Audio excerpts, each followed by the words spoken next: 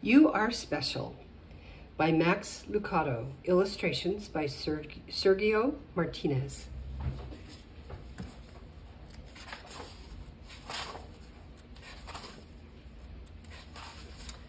The Wemmicks were small wooden people. All of the wooden people were carved by a woodmaker named Eli. His workshop sat on a hill overlooking their village. Each Wemmick was different. Some had big noses, others had large eyes. Some were tall and others were short. Some wore hats, others wore coats. But all were made by the same wood carver. All lived in the village. Look at the little stars on each of them. And looks like little dots. Let's see what this story is about. And all day, every day, the Wemmicks did the same thing. They gave each other stickers. Each Wemmick had a box of golden star stickers, and a box of gray dot stickers. Up and down the streets all over the city, people spent their days sticking stars or dots on one another. Oh my, look at that. The dots and the stars. The pretty ones, those with smooth wood and fine paint, always got stars. But if the wood was rough or the paint chipped, the Wemmicks gave dots. The talented ones got stars too. Some could lift big sticks high above their heads or jump all over tall boxes. Still others knew big words or could sing pretty songs. Everyone gave them stars. Some Wemmicks had stars all over them. Every time they got a star, it made them feel so good. It made them want to do something else and get another star. Others, though, could do little. They got dots. Punchinello was one of these. He tried to jump high like the others, but he always fell. And when he fell, the others would gather around him and give him dots. Sometimes when he fell, his wood got scratched, so the people would give him more dots. Then when he would try to explain why he fell, he would say something silly, and the Wemmicks would give him more dots. After a while, he had so many dots that he didn't want to go outside. He was afraid he would do something dumb, such as forget his hat or step in the water, and then people would give him another dot. In fact, he had so many gray dots that people would come up and give him one for no reason at all. Poor Punchinello. He deserves lots of dots, the wooden people would agree with one another. He's not a good wooden person. After a while, Punchinello believed them. I'm not a good Wemmick, he would say. The few times he went outside, he hung around with other Wemmicks who had lots of dots. He felt better around them.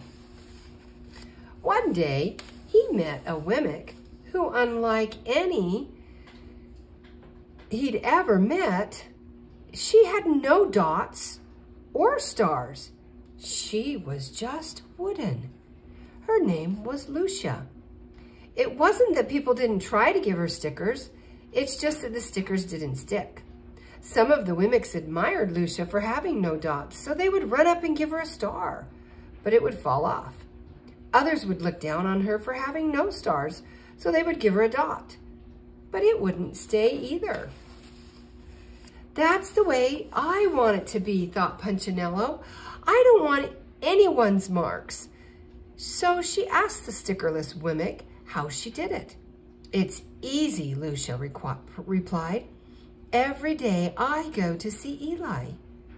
Eli? Yes, Eli, the wood carver. I sit in the workshop with him. Why? Why don't you find out for yourself?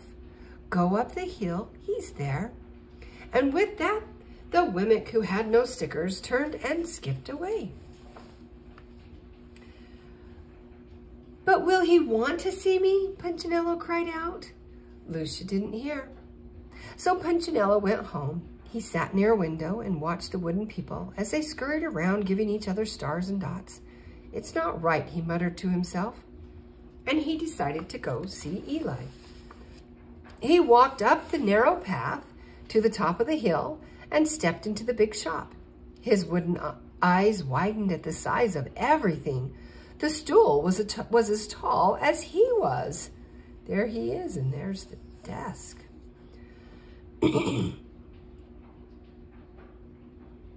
He had to stretch on his tiptoes to see the top of the workbench.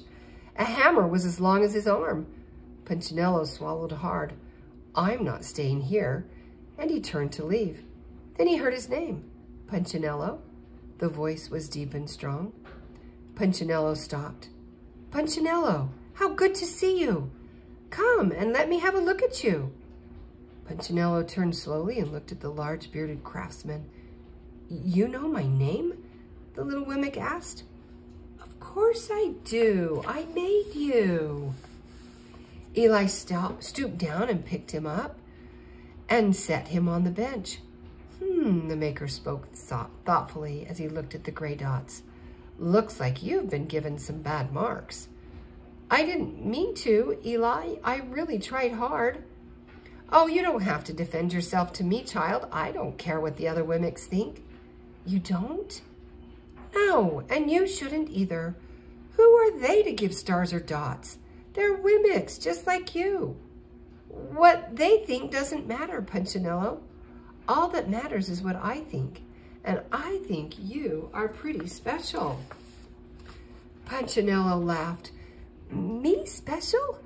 Why? I can't walk fast. I can't jump. My paint is peeling. Why do I matter to you? Eli looked at Punchinello, put his hands on those small wooden shoulders, and spoke very slowly. Because you're mine. That's why you matter to me. Punchinello had never had anyone look at him like this, much less his maker. He didn't know what to say. Every day I've been hoping you'd come, Eli explained. I came because I met someone who had no marks, said Punchinello. I know, she told me about you. Why don't the stickers stay on her? The maker spoke softly. Because she has decided that what I think is more important than what they think. The stickers only stick if you let them. What? The stickers only stick if they matter to you. The more you trust my love, the less you care about their stickers. I'm not sure I understand. Eli smiled. You will, but it will take time. You've got a lot of marks. For now, just come to see me every day and let me remind you how much I care. Eli lifted Punchinello off the bench, set him on the ground. Remember, Eli said to the Wemmick, as the Wemmick walked out the door, you are special because I made you, and I don't make mistakes. Punchinello didn't stop, but in his heart he thought, I think he really means it. And when he did, a dot fell to the ground. The end.